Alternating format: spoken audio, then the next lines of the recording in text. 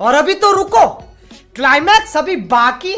Okay guys, তো আবারও চলে এসেছি একটা ভ্লগ নিয়ে। এটা কিন্তু সাধারণ ভ্লগ না, এটা কিন্তু খাওয়া দাওয়ার ভ্লগ। তো সন্ধ্যাবেলা হলেই কিছু না কিছু খেতে মন চায়, তো সেই মতো আমরা বেরিয়ে পড়েছিলাম একটু মোমো খেতে। তো এখানে ছদি ভাই সস ঢেলে দিচ্ছিল আমাকে, তো তারপরে আমরা খাওয়া শুরু করে দিই। এত ভালো লাগছিল আজকে মোমোটা খেতে, বলার ভাষা নেই। হ্যাঁ, অন্যদিনও ভালো লাগে, কিন্তু আজকে একটু যেন বেশি ভালো লাগছিল। তো এখানে আমি সস দিয়ে খাওয়া শুরু করে দিয়েছি। এটা কিন্তু ছিল ছদি ভাইয়ের লাস্ট পিস মোমো, তো ওটাও কিন্তু নাটক করে দেখাচ্ছিল সস দিয়ে খেয়ে।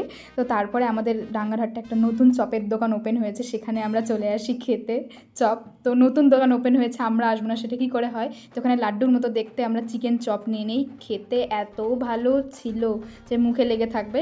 আর নেক্সট টাইমও আসবো আমরা। আজকে যেহেতু ওপেনিং, সেই জন্য বেশি কিছু তোলেনি, তবে ধীরে ধীরে সব করবে এখানে, যেগুলো আমাদের ডাঙ্গারহাটে পাওয়া যায় না সেগুলো এখানে করবে। মানে প্রত্যেক রকমের চপ, কাটলেট, ঘুগনি, এগ রোল, পনির রোল, চিকেন রোল, চাউমিন, প্রত্যেক ধরনের যেগুলো ফাস্ট ফুড আমরা খেয়ে থাকি সব পাওয়া যাবে। তো এখানে ছদি ভাই কাটলেটটাকে দুখণ্ড করে দেখাচ্ছিল, ভেতরে একদম ঠাসা পুর দেওয়া ছিল।